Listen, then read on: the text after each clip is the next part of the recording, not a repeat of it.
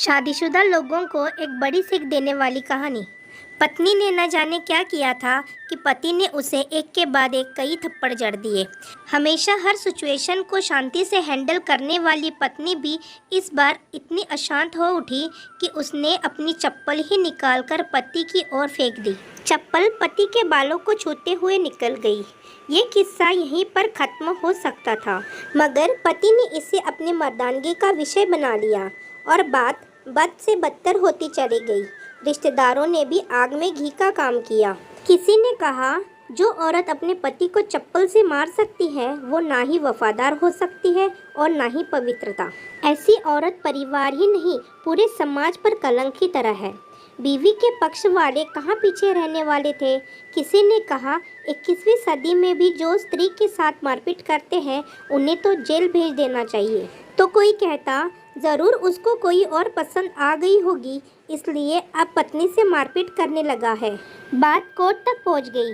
दोनों पक्षों ने एक दूसरे के खिलाफ केस फाइल कर दिया। पति ने चरित्रहीन होने का तो पत्नी ने दहेज और शारीरिक उत्पीड़न का आरोप लगाया। 2 वर्षों से अधिक समय के लिए केस चला था। इन 2 वर्षों के दौरान दोनों पति पत्नी अलग अलग रहे थे। इन 2 वर्षों के दौरान दोनों पक्षों के समर्थकों की संख्या कम हो गई थी। पहले जहां दोनों पक्षों में समर्थकों का समूह होता था, अब गिने चुने लोग रह गए थे। पति और पत्नी दोनों की आर्थिक स्थिति भी इस समय के दौरान नीचे गिर चुकी थी, जिन्हें वो अपना शुभचिंतक समझ रहे थे। पैसों की बात आते ही उन्होंने भी अपना पल्ला झाड़ लिया था।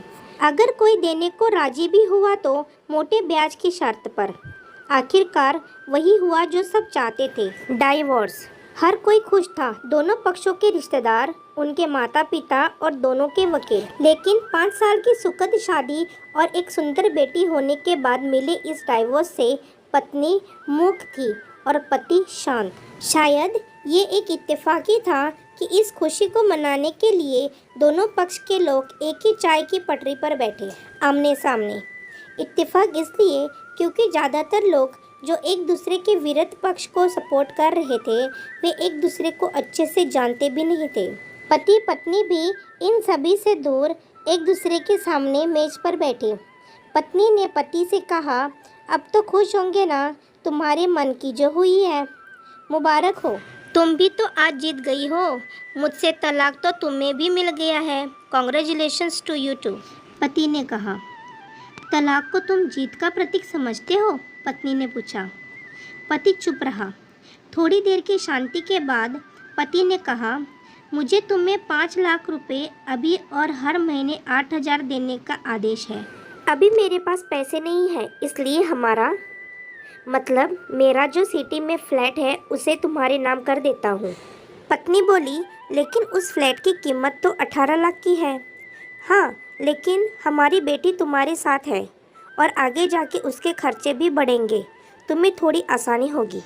पति ने कहा, नहीं, मुझे सिर्फ 5 लाख ही देना और तुम हर महीने 8,000 तो देने ही वाले हो, मैं मैनेज कर लूँगी।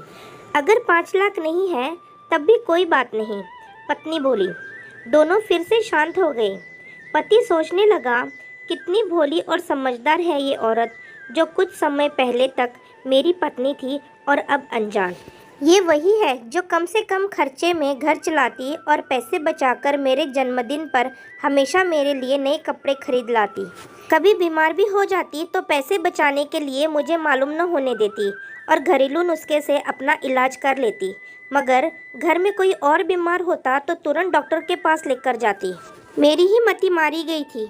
मैं ही अपनी झूठी मर्दानगी के चक्कर में इतनी बड़ी गलती कर बैठा। पत्नी के दिमाग में भी उथल पुथल चल रही थी। अभी भी वैसे का वैसा ही है। पहले भी खुद से ज़्यादा हमारे बारे में सोचता था और अब भी वही कर रहा है। ये वही आदमी है जो मुझे एक्सीडेंट से बचाने के लिए खुद मोटरसाइकिल के आगे कूद पड़ा था और अपनी उंगली तुड़वा बैठा था। पता नहीं कौन सी मनहूस घड़ी में मैं झगड़ा कर बैठी।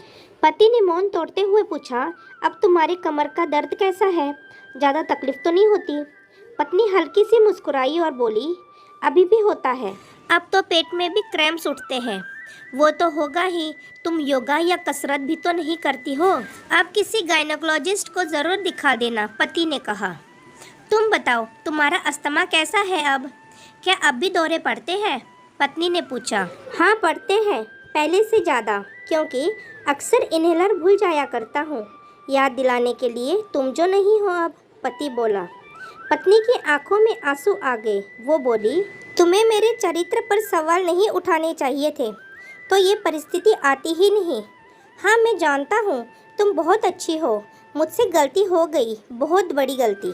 मैं लोगों के बहकावे में आ गया था, पति बोला। तुमने भी तो मुझ पर दहेज का इल्ज़ाम लगाया था, वो बोला। गलत था और इस बात का मुझे भी पछतावा हुआ, पत्नी ने कहा। पति कुछ कहना चाह रहा था लेकिन हिचकिचा रहा था। पत्नी ने पूछा, कुछ कहना चाहते हो? वो बोला, क्या सब पहले जैसा नहीं हो सकता? क्या मतलब? पत्नी बोली, मतलब कि हम फिर से पहले की तरह पति पत्नी बनकर, सच्चे दोस्त बनकर नहीं रह सकते, पति बोला। पर ये डाइवोर्स के पेपर दिखाते हुए पत्नी ने कहा। फाड़ देते हैं, पति ने अपने पास रखे डाइवोर्स के पेपर्स फाड़ते हुए कहा। पत्नी ने भी अपने पास रखे पेपर फाड़ दिए। सभी हैरान थे, वकील, रिश्तेदार और माँ बाप। पति पत्नी दोनों एक दूसरे के हाथ में हाथ पकड़े अपने घर की तरफ चले गए। तो दोस्तों, ये कहानी उन हर पति पत्नी के लिए बड़ी सीख है जो छोटी छोटी बातों पर लड़ते हैं और इन झगड़ों को बड़ा बना के अलग होने का डिसीजन लेते हैं।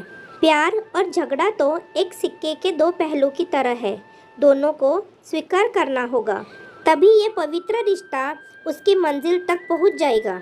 आपको ये वीडियो कैसी लगी कमेंट में ज़रूर बताएं। अगर आपको ये वीडियो पसंद आई हो तो अपने दोस्तों के साथ शेयर करें और मेरे चैनल पर पहली बार आए हो तो मेरे चैनल को सब्सक्राइब करके बेल बटन को ज़रूर दबाएं ताकि आने वाली वीडियो की नोटिफिकेशन आप तक पहुंचती रहे। धन्यवाद।